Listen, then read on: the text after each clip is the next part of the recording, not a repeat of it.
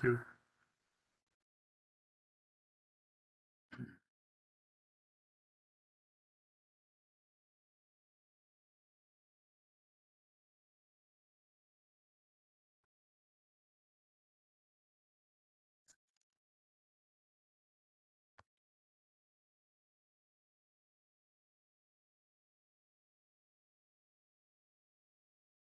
All right, I think I'm going to get things started here. Good evening, everyone.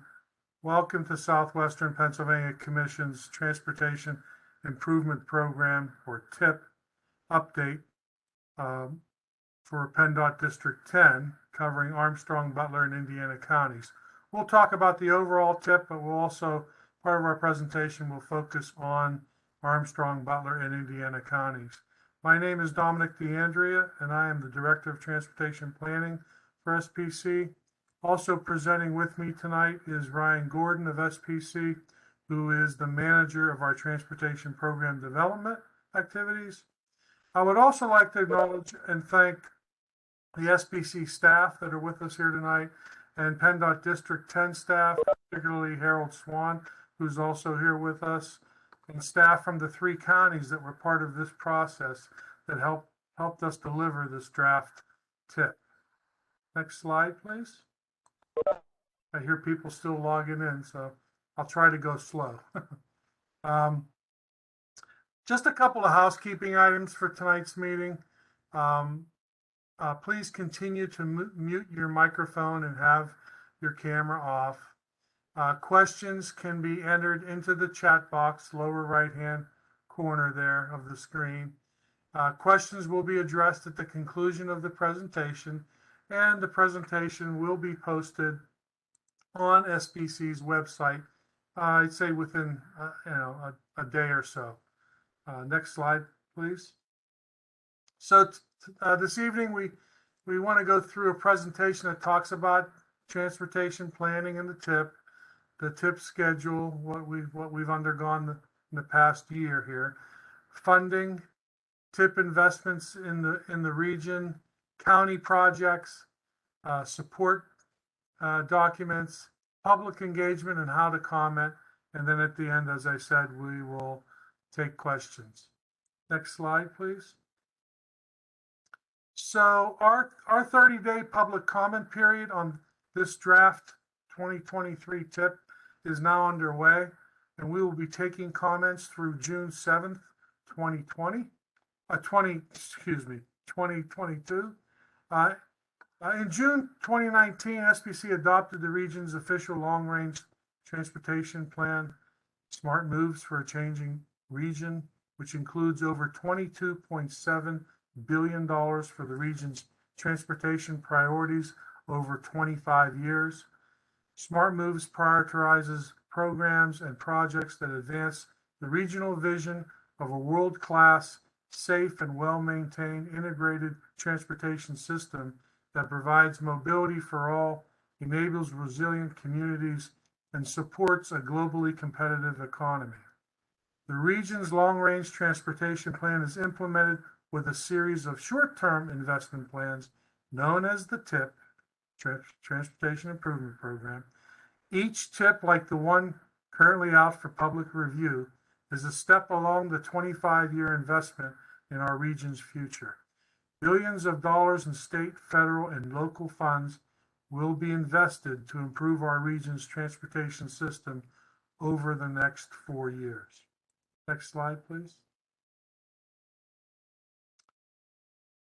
So, during the TIP work group process, the 3 counties and District 10 submitted candidates for consideration to include into this TIP update.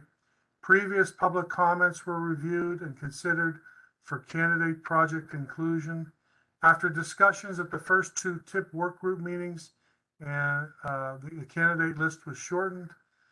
Given the amount of projects that are being carried over from the current TIP to the 2023 draft TIP, the number of new projects is limited. Most of the new projects that get added to the TIP will be focused on asset management and safety. Next slide.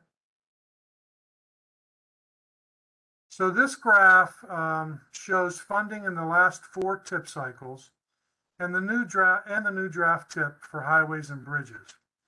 As you can see there, there was a downward trajectory in the region's tip-based funds for highway and bridges when looking at the last 4 tip cycles going back to 2015. With passage of the bipartisan IIJA law, the highway bridge tip now is back up to the 2019 tip levels. The additional IIJA funds are shown in the 2023 tip column as the light blue color you see there. Next slide. On the transit side, we have over $1.9 billion in base federal and state funding. Most of the transit tip is state funds. 72% of that is in operating funds. There is about $160 million in here for new transit vehicles to replace vehicles that are at the end of their useful life for the transit agencies. Next slide. All right. And I think I'm going to turn this over to Ryan. Yeah, thanks, Dom. This is where I'm going to take over. So I'm going to share the next few slides on some key points on tip funding and also hit on some of the highlights in each of the counties. So looking at the highway bridge tip funds that Dom was talking about, comparing back to our 2021 tip, our base funds are up 26% over the current tip levels. This is largely due to the passage of the federal bipartisan Infrastructure Investment and Jobs Act. This enabled additional federal formula funds to be added to our tip base funding. The largest piece of this new funding is in a new federal bridge investment program. This program is significant to our region because it added an additional $211 million in federal funding for bridges across the region within the 4-year tip period. We also saw some increases in our off-system bridge funds, and we also saw increases in our transportation alternatives funds. The total base funding for the highway program is at around $1.5 billion. You can see there on those last 2 bullets that, our state funding is also down a little bit in terms of our highway funds being down 10% and our state funds being down, or our bridge funds being down 20%. So as I said, $1.5 billion in base funds. By the time you add in other additional statewide managed programs, discretionary funding, and additional funds to the region, it gets our highway bridge tip up to around $1.7 billion for the 4-year period. The highway bridge tip includes a diverse range of investment categories, as you can see here.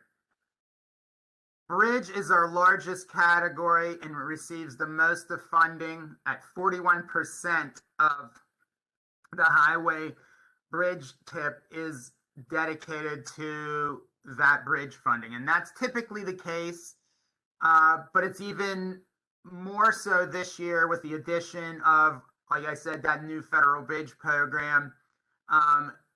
It really did allow us to spend more on bridges than we normally do. Bridges normally our biggest chunk of the tip anyway. Roadway projects, also important, made up about 27% of the tip. And then we go to efficiency and operations and safety projects, making up 12 and 11% respectively.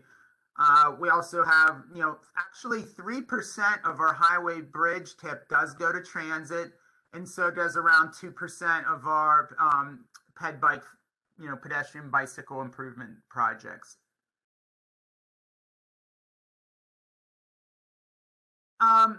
These are just some additional stats about the overall investment that comes from the 2023 highway bridge tip, and what its impact is, for the region's transportation infrastructure. Like I said, it's a $740 million investment in the region's bridge infrastructure. That includes $275 million on what we call the non-interstate NHS, which is your highest level routes, like Route 22, 422, 119, those type of routes in District 10. The draft tip, it does target poor bridges as well across the networks, and this iteration represents about a 12.9% reduction in the poor bridge count over the region. We also invest a lot in roadway and safety. We also invest in roadways and bridges that also carry transit routes. So we look at it that way. We are investing $868 million in infrastructure that also carries buses or transit vehicles. We also do the same thing on our freight network. We look to fund that network for obvious reasons, and we have $367 million in investments in SBC's regional freight network.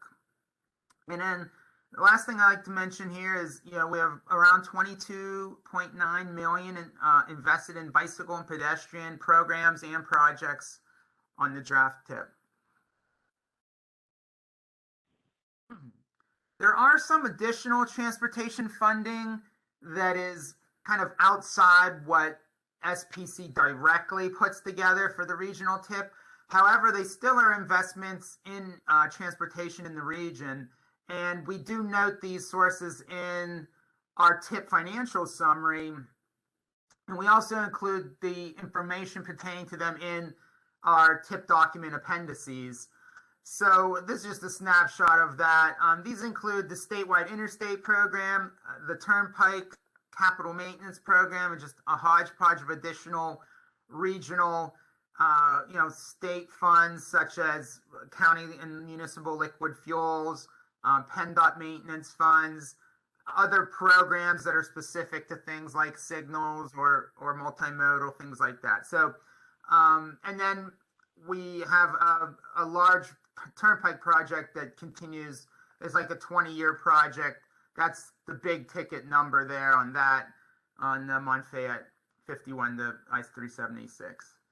So, like I said, just some additional investments in the region that we like to note. Now, getting back to what we put together on the highway bridge side of the SPC tip, I wanted to just drill down a little bit on each county and give some brief highlights on the projects and look at what's out there in terms of some of the highlights. In in Armstrong County, we really are focused in on kind of that District 10, we'll call it the trunk of the tree, or the main routes in the county. And so I've chosen to highlight 422, 28, and 66 here. These are, the big investments being made in the 2023 tip in Armstrong County. You can see the main projects here under each of those routes. The big one is really 422, and you'll continue to see investment in 422 in both Butler County and Indiana County. And the biggest project of those is Margaret Road, the intersection improvement project, where we have around $24 million for that project programmed on the 2023 tip. So moving on to Butler County. Oh, I should say, if you want more information on the details of these projects or to see the full list of projects, you'll want to go to our website, look at our draft tip materials in Appendix 6. Appendix 6 will include a county summary, and it includes all the details you'd want to know about these projects and even ones I don't even have listed here. So if the project you're looking for is not listed here, you might want to check in that location. So Butler County is very similar in that, we have some key investments on some of the bigger corridors, being Route 228, Route 68, 356, and of course throughout the district on 422. You can see the individual projects, like I said, in our Appendix 6. The biggest ones of note here are probably those projects on 228, really an expansion of that roadway from a capacity aspect through southern Butler County. Another big ticket item is really that Carnes Crossing Bridge coming out of Butler. It's a very big structure. We've been trying to fund that over numerous tips here. And so that's really just a snapshot of what we have or highlights in Butler County.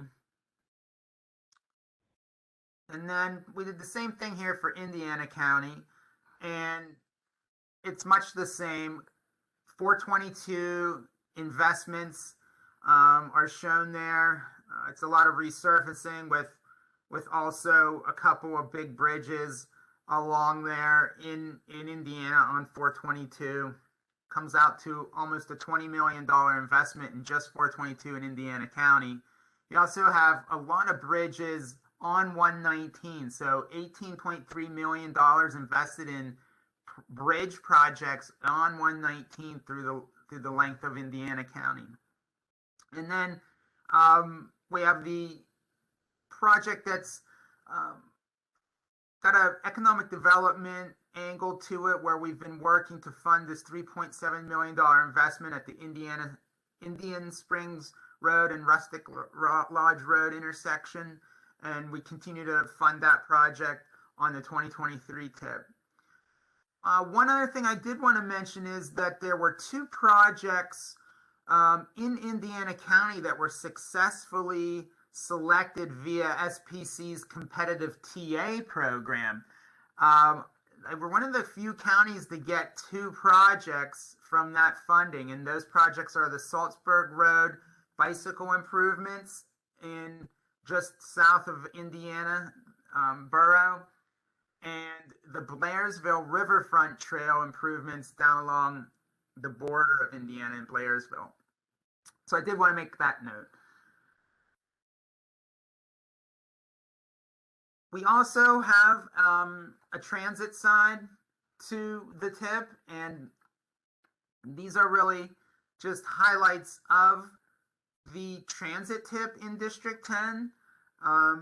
You can see, we have some significant investments in transit in each of the three counties, and they just include, this typical stuff that you need to do with a transit agency, like purchase buses and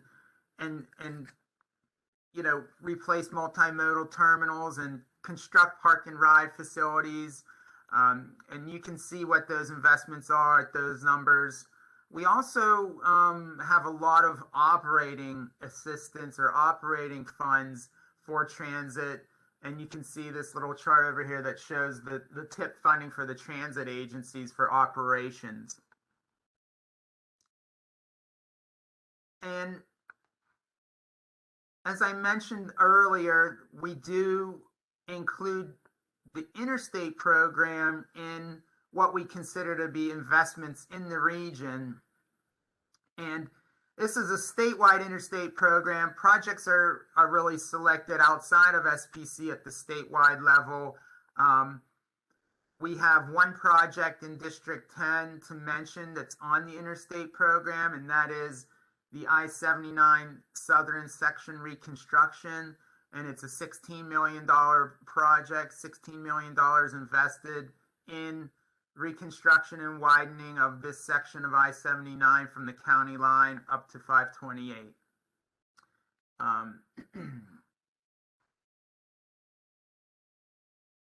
So there are a couple of supporting documents that are required as part of the TIP update, as part of our documentation.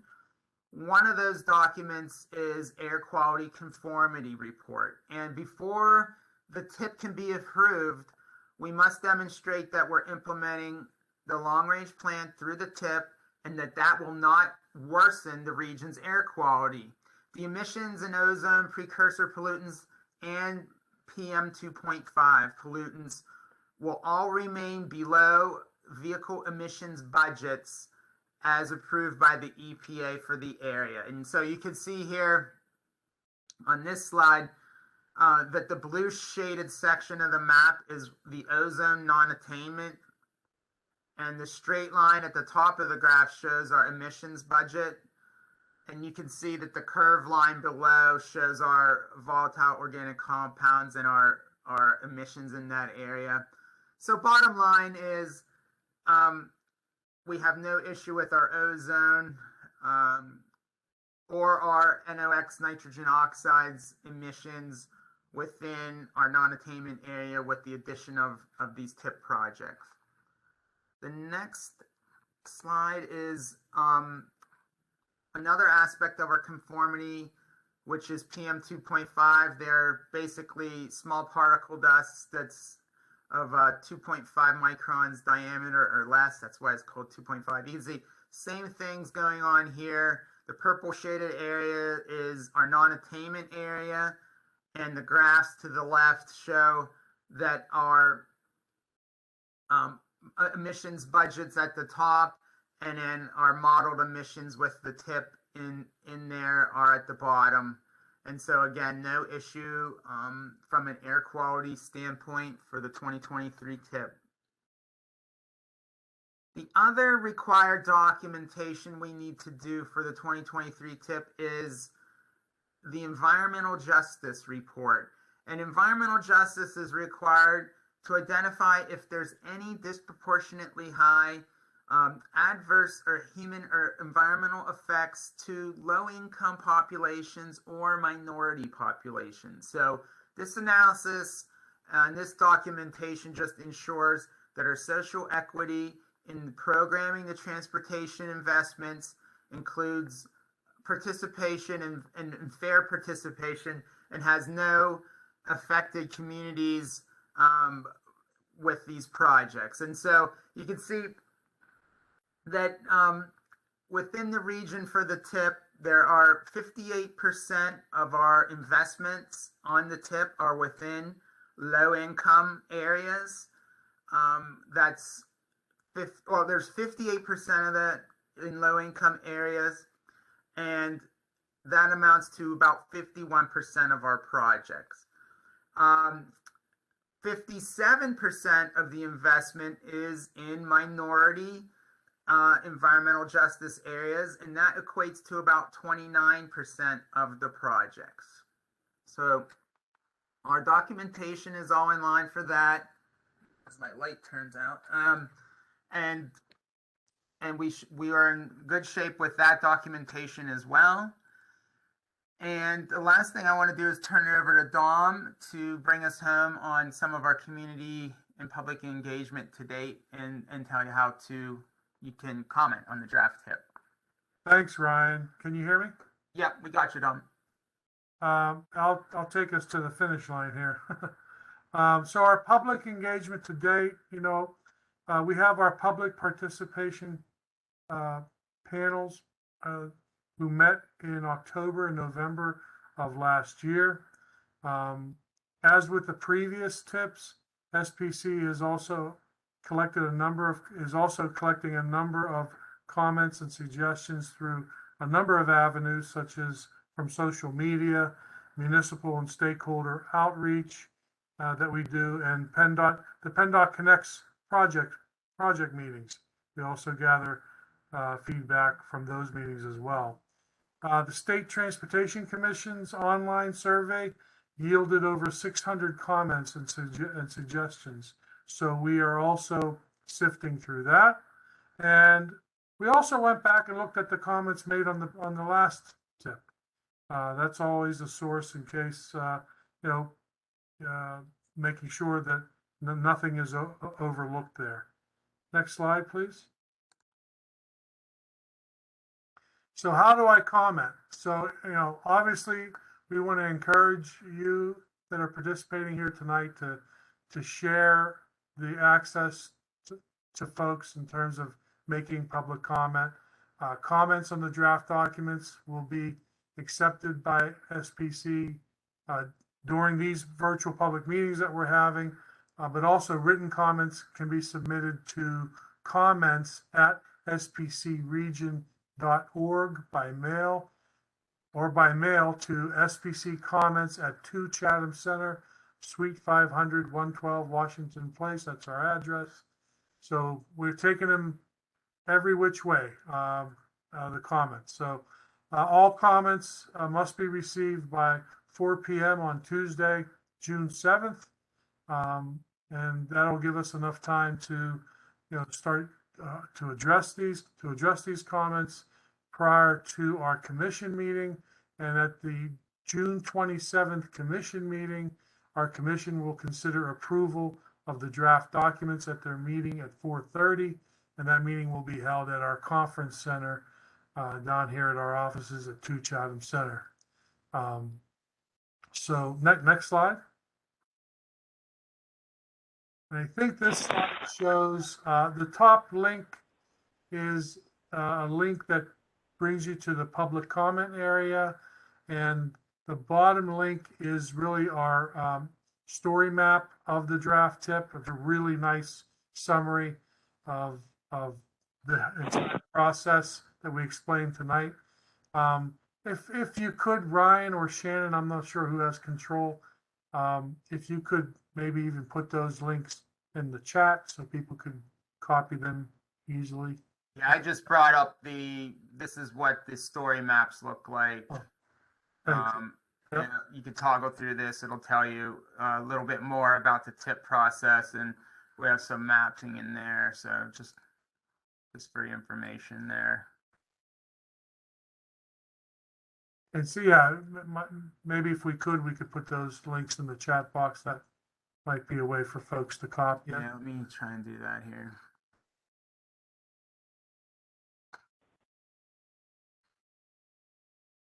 I'm just going to go to the next slide. Okay. I got to get out of this presentation mode, I think, to be able to do that. So, yeah, I mean, with that, I mean, I don't see, I just want to thank everyone for participating in tonight's meeting. I don't see anything in the chat box yet. I also want to give Harold Swan from PennDOT or any of the county staff folks, if they have anything they'd like to add in terms of the presentation here, please open up the mics and let us know. I have nothing to add. Just thanks for being part of the team. Certainly, I think this has been a large lift with the investment of infrastructure, IIJA funding that we had added to last minute. So it's been very challenging for the SPC staff and us in order to go through the tip development process multiple times. But certainly, I think the result is that we got a lot more funding in the bridges, especially the bridge areas you identified that we wouldn't have had otherwise. So we're very pleased to have that. It's certainly going to make a great improvement in the District 10 region. Thanks for pointing that out, Harold. Yeah, I mean, normally we had a set amount of meetings as part of this process. Normally like 4 to 5 meetings in each district. The IIJA funding came along and there were 2 to 3 meetings added in each district because we wanted to be able to program that funding right away, and we did, and actually we programmed some of it in this fiscal year. So it's a great point. Thanks, Harold. Let's see.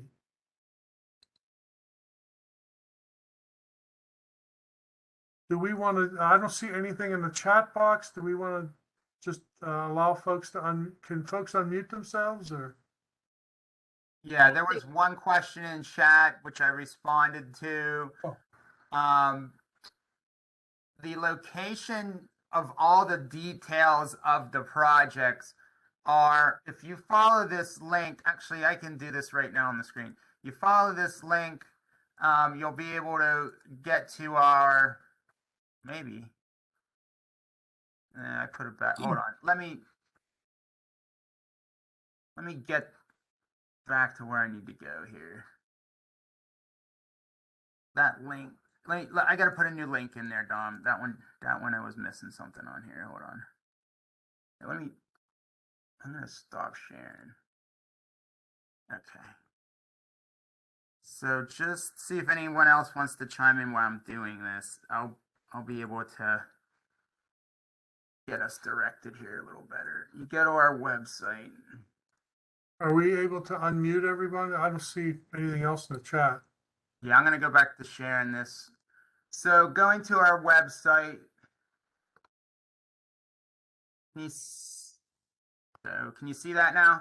This is our website. You're going to, this is right on the home page. You go to the public comment here. It'll take you to all the information about the public comment period. You scroll down. Here are our documents that are out for public review. So this is what you want to grab. So I'm going to copy this and put it right into the chat box here. But you scroll down. The main reports here, the appendices are here, and you want to, these are all good appendices, but the one for the details of the project list for the Highway Bridge Program is Appendix 6. If you're interested in the transit project list, you want to go to Appendix 8.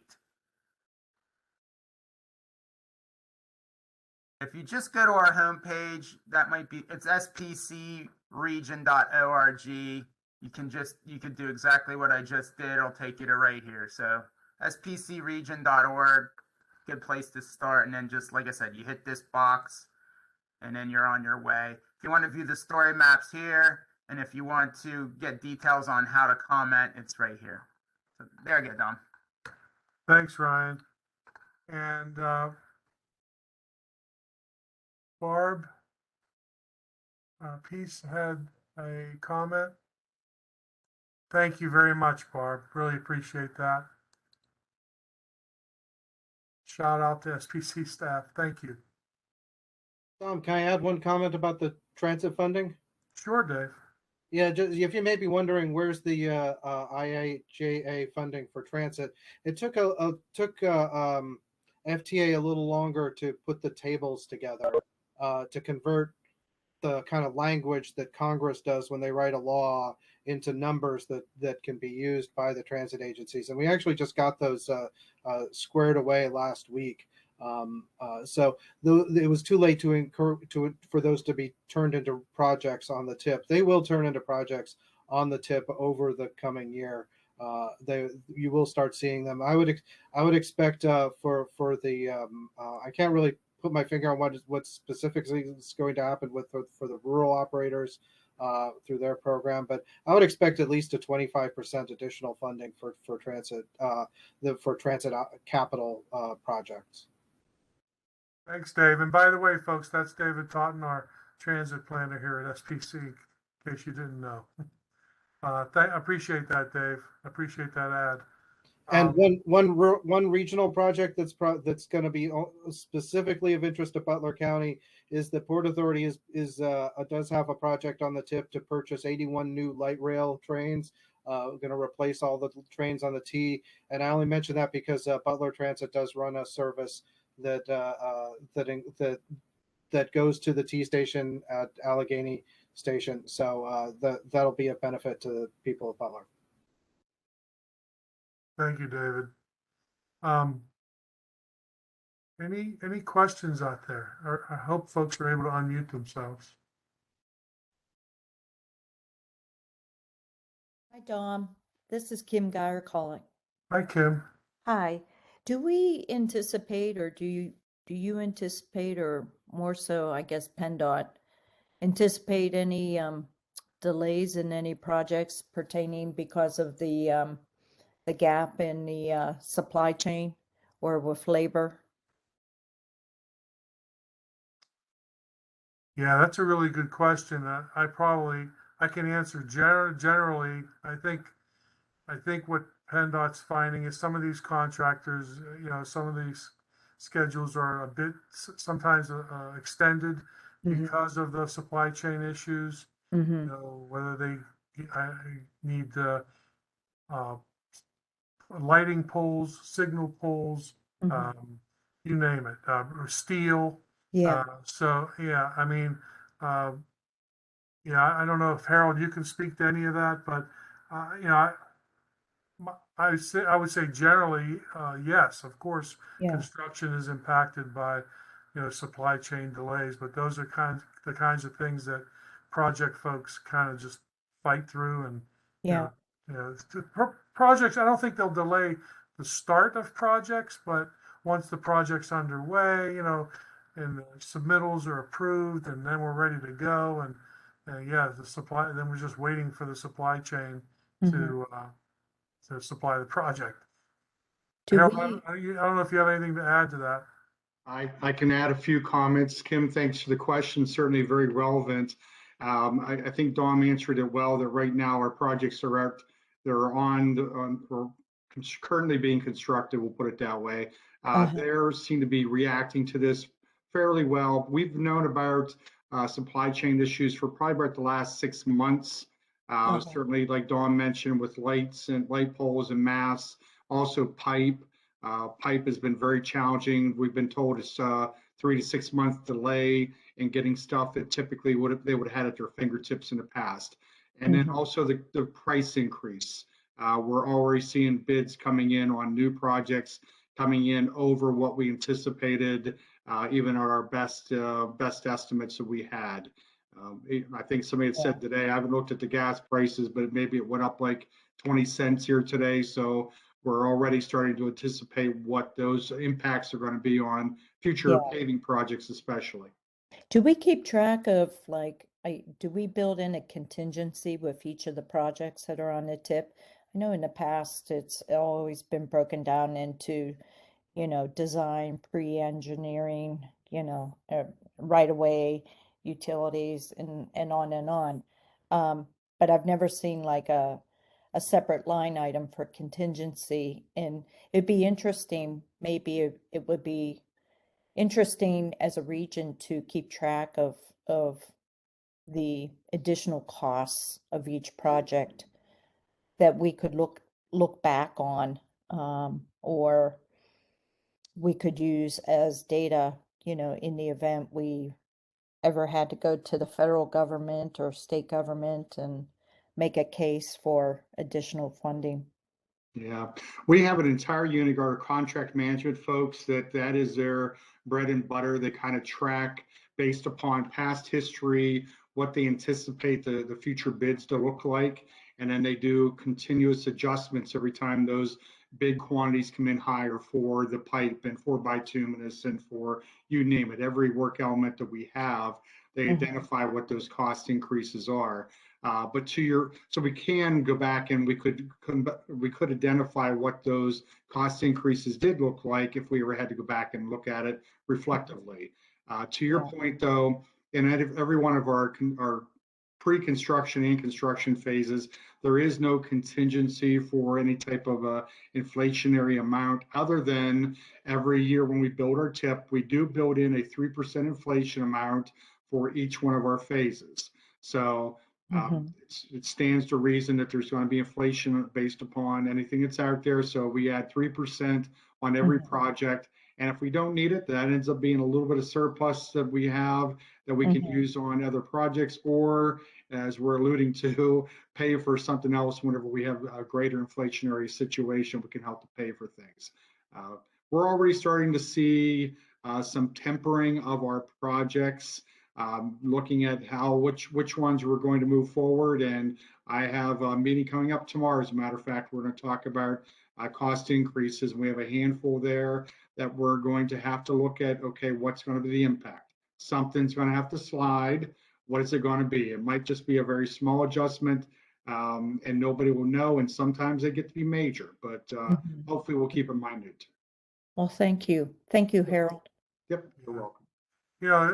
That's an important point. And Ryan and I were having a discussion today, and most of you know, but maybe some of you don't. The tip is it's a living document.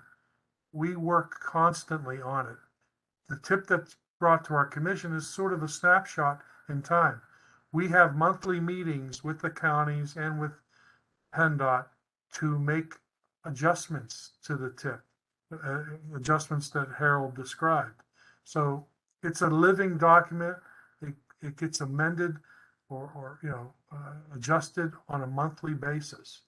And so as Harold described, things have sometimes parts of projects or projects slide because of, things that were unforeseen or higher prices like we're talking about here. So it's a great point, Commissioner.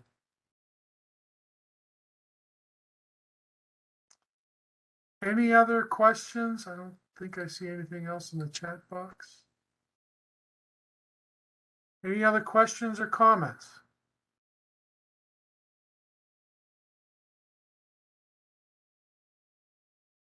Well, not hearing none. I just want to thank staff, SBC staff, PennDOT staff, county staff, county officials, and everyone here who's participated tonight and has listened in. Please encourage folks to take a look at our draft tip and make public comment.